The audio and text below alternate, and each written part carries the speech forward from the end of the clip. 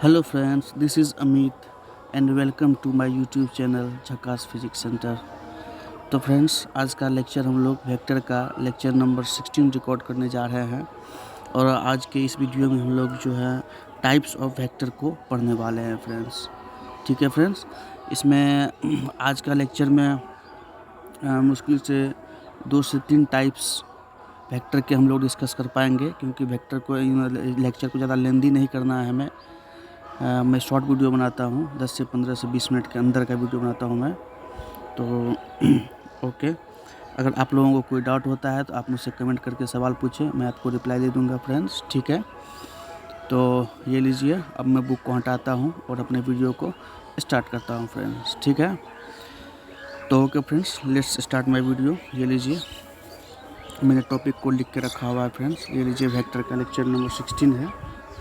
और types of vector में friends सबसे पहले आता है, सबसे पहला जो मैं अपने हिसाब से पढ़ाता हूँ फ्रेंड्स। ठीक है, तो इसका जो सबसे पहला है वो है रेक्टेंगुलर यूनिट वेक्टर फ्रेंड्स।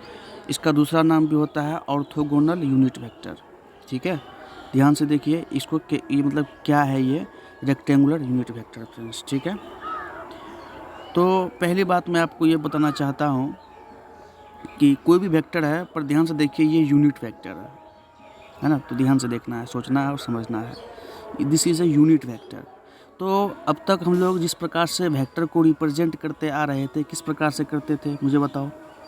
तो arrow head over the notation, मतलब कि कोई अगर वेक्टर है तो उसके सर पर, उसके हेड पर अपन लोग क्या करते थे, एरो लगा देते थे, जो कि डायरेक्शन को रिप्रेजेंट करता है, मतलब उसके डायरेक्शन को बताता है फ्रेंड्स। ठीक है, तो अगर किसी भी वेक्टर के ऊपर में अगर ये वेक्टर का साइन लगा हुआ है, तो हम लोग कहते हैं कि ये जो है ये वेक्टर क्वांटिटी हम लोग पहचान लेते हैं उसके एरो से कि हाँ भाई ये वेक्टर है। बट ये जो यूनिट वेक्टर है, इसको भी पहचानने का एक स्पेशल रूल है, एक स्पेशल सिंबल है, हम ये कह सकते हैं, जिसको देखते ही आपको भी ये समझना चाहिए कि हाँ ये यूनिट वेक्टर है। ठीक है, तो वो होता है कैप फ्रेंड्स, कैप। अभी मैं उसका रिप्रेजेंटेशन करूँगा, वो कैप होता है। तो ठीक है, मैं इसके बारे में, टॉपिक के बारे में कुछ लिखता हूँ, आप भी हमारे साथ अपने कॉपी पर नोट्स बना लें, ज़्यादा बेहतर रहेगा फ्रेंड्स। ठीक है, और ओके, तो ये लीजिए, हम स्टार्ट करते हैं लिखना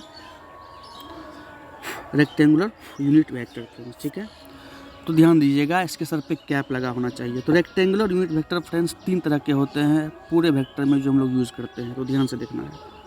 पहला है ये आई फ्रेंड्स, दिख रहा है क्या, आई और जे। और तीसरा क्या है फ्रेंड्स, एंड के। ध्यान से देखना है, आई, जे और के, इन तीनों को हम लोग रेक्टेंगुलर यूनिट वेक्टर कहते हैं।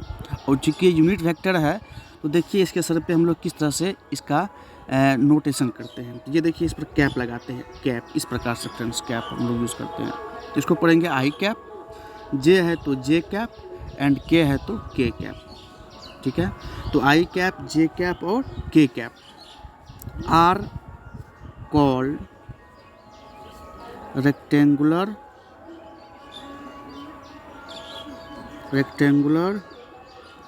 Unit vector.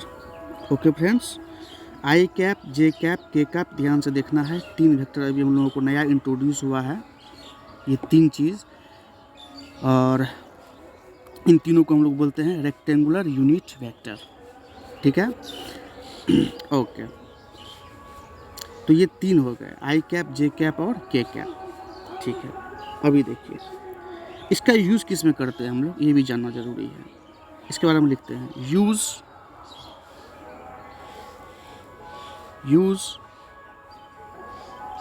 To specify the direction. ठीक है, इसका यूज़ हम लोग डायरेक्शन को स्पेसिफाई करने के लिए करते हैं अगेन। ठीक है, एट द, या हम ये भी कह सकते हैं अलोंग द, लिख देते हैं अलोंग द कोऑर्डिनेट एक्सिस। ये देखिए फ्रेंड्स, नया सब कुछ इंट्रोड्यूस हो रहा है, कोऑर्डिनेट एक्सिस। आपको पता है कोऑर्डिनेट एक्सिस कितने होते हैं फ्रेंड्स? तो ये कोऑर्डिनेट एक्सिस जो होता है ये 3 होते हैं, आपको ध्यान देना है। कितने होते हैं? 3 होते हैं। एक होता है एक्स एक्सिस, आप लोगों को पता होगा। दूसरा क्या होता है फ्रेंड्स? वाई एक्सिस, ठीक है। और तीसरा क्या होता है? Z axis. ये 3 एक्सिस को हम लोग कोऑर्डिनेट एक्सिस कहते हैं। और आपको अच्छी तरह से पता होगा ये तीनों एक्सिस एक दूसरे पर म्यूचुअली परपेंडिकुलर होते हैं, ठीक है फ्रेंड्स। मान लीजिए अगर कोई ऑब्जेक्ट एक्स एक्सिस की ओर जा रहा है किसी भी स्पीड से, तो उसके स्पीड में आई कैप लिखा रहेगा। अगर कोई ऑब्जेक्ट किसी भी स्पीड से वाई एक्सिस में जा रहा है तो उस पर जे कैप लिखा रहेगा। और अगर जेड एक्सिस में जा रहा है तो उस पर के कैप लिखा रहेगा। तो हमको अब समझ जाना है कि जिसमें आई कैप लगा रहेगा हम लोग समझ जाएंगे कि ये एक्स कंपोनेंट है।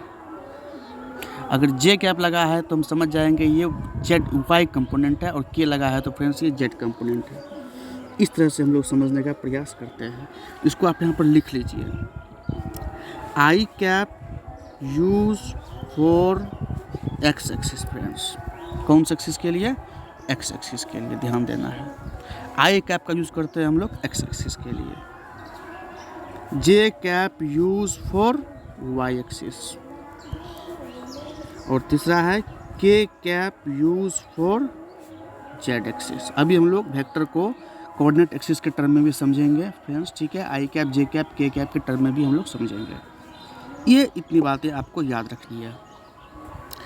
चूँकि ये यूनिट वेक्टर है तो इसके बारे में एक और ख़ास बात आपको याद रखनी है कि जो भी यूनिट वेक्टर होगा उसका मैग्नीट्यूड 1 होगा ऑलवेज, मतलब उसको यूनिटी कहते हैं। तो इसका तो यूज़ हम लोग वैसे बाद में करेंगे, बट अभी हम लोग लिख देते हैं क्योंकि हमने इसको इंट्रोड्यूस कर दिया है। तो लिख देते हैं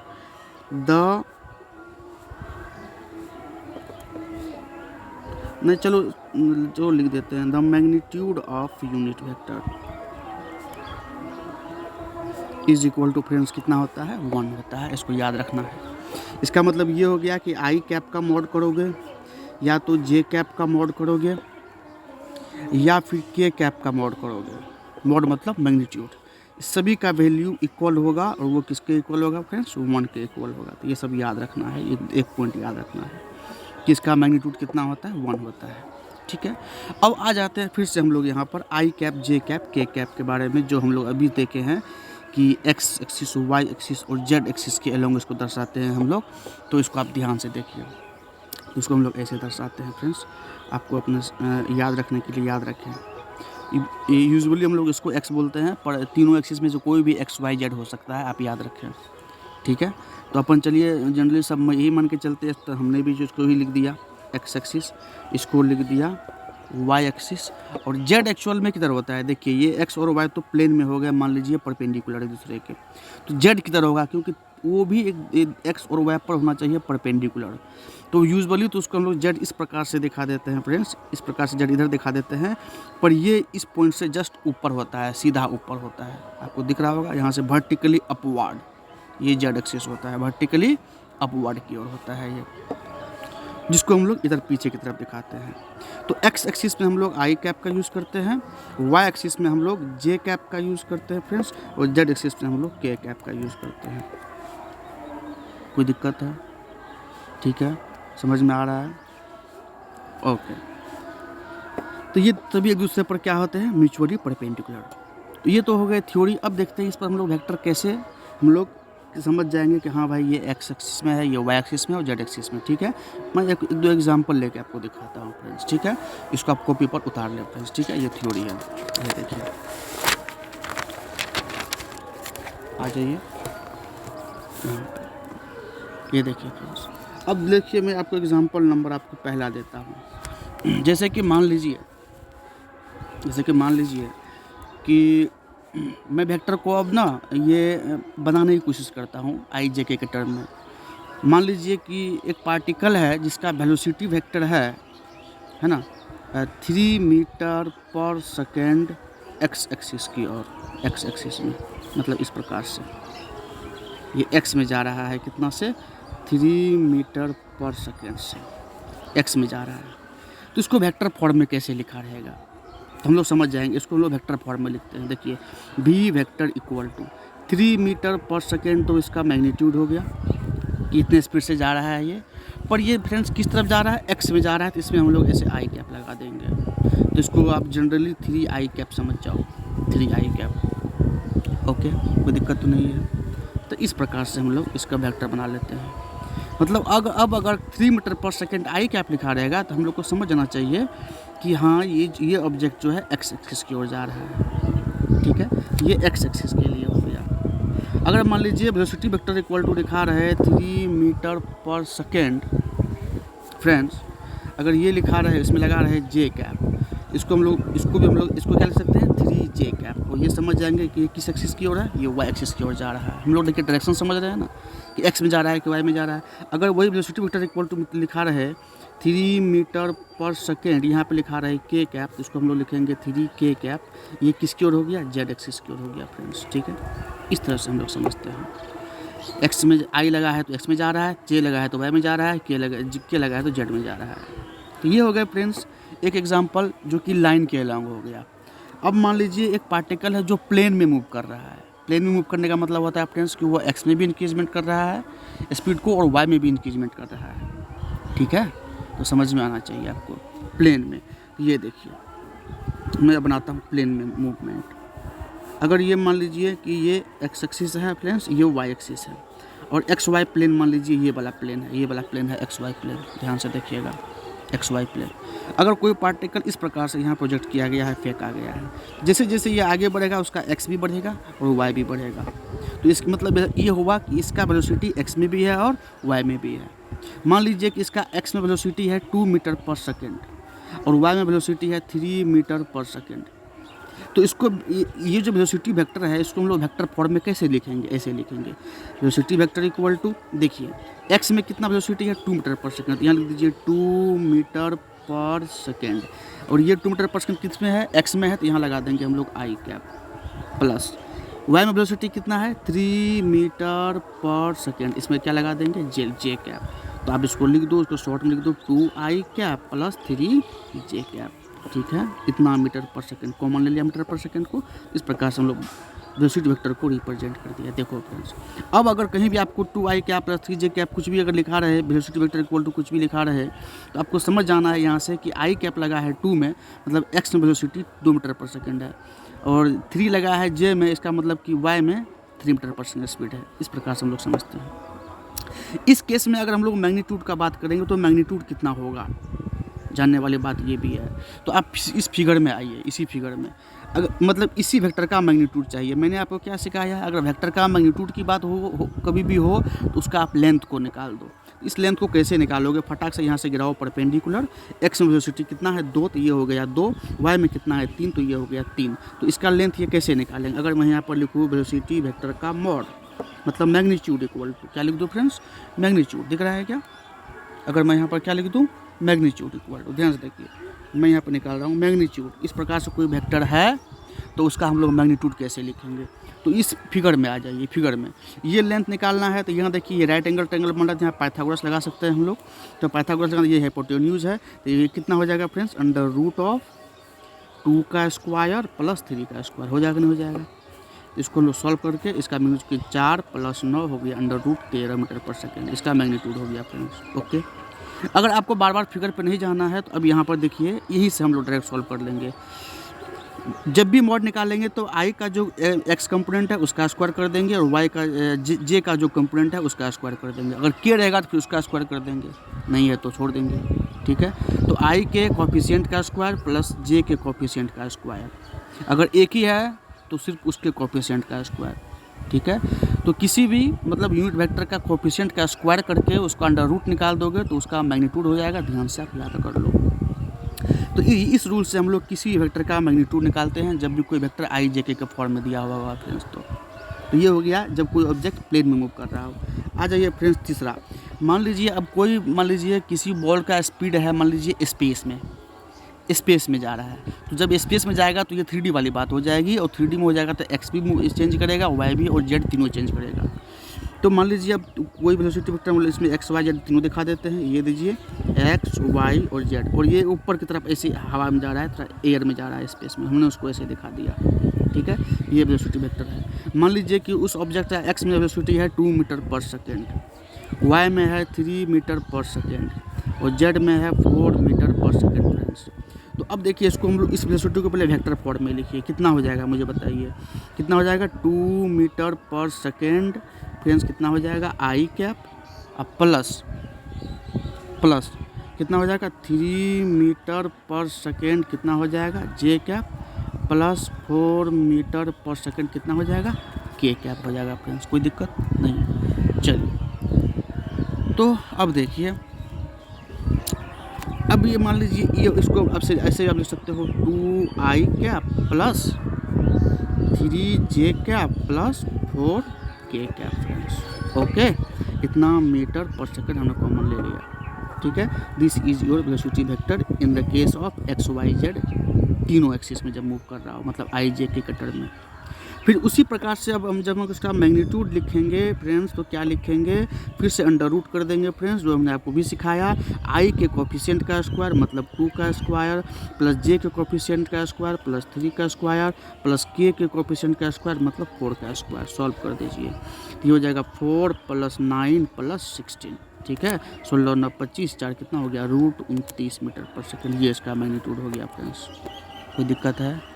अब अगर फ्रेंड्स लाइन के अलोंग भी रहेगा, जैसे इस वाले केस में मान लीजिए ये पहला वाला केस था, पहला वाला केस में मान लीजिए वेलोसिटी वेक्टर इक्वल टू यहाँ पर लिखा था 3 आई कैप, उससे डायरेक्ट यहाँ पर दिख रहा है मैग्नीट्यूड कितना है 3 है, लेकिन इसको सॉल्व कर सकते, अगर इसी नियम से सॉल्व करोगे स्क्वायर रूट के हिसाब से तो इसका मोड कैसे लिखोगे, अंडर रूट कर दोगे। मैंने क्या सिखाया, इसमें आई सिर्फ आई है, जे के नहीं है, तो आई का कोएफिशिएंट कितना है 3, तो कितना हो जाएगा 3 का स्क्वायर, तो कितना हो जाएगा अंडर रूट 3 कितना 9 काउंट करोगे कितना हो जाएगा 3, ठीक है, 3 हो जाएगा इसका मैग्नीट्यूड, ठीक है।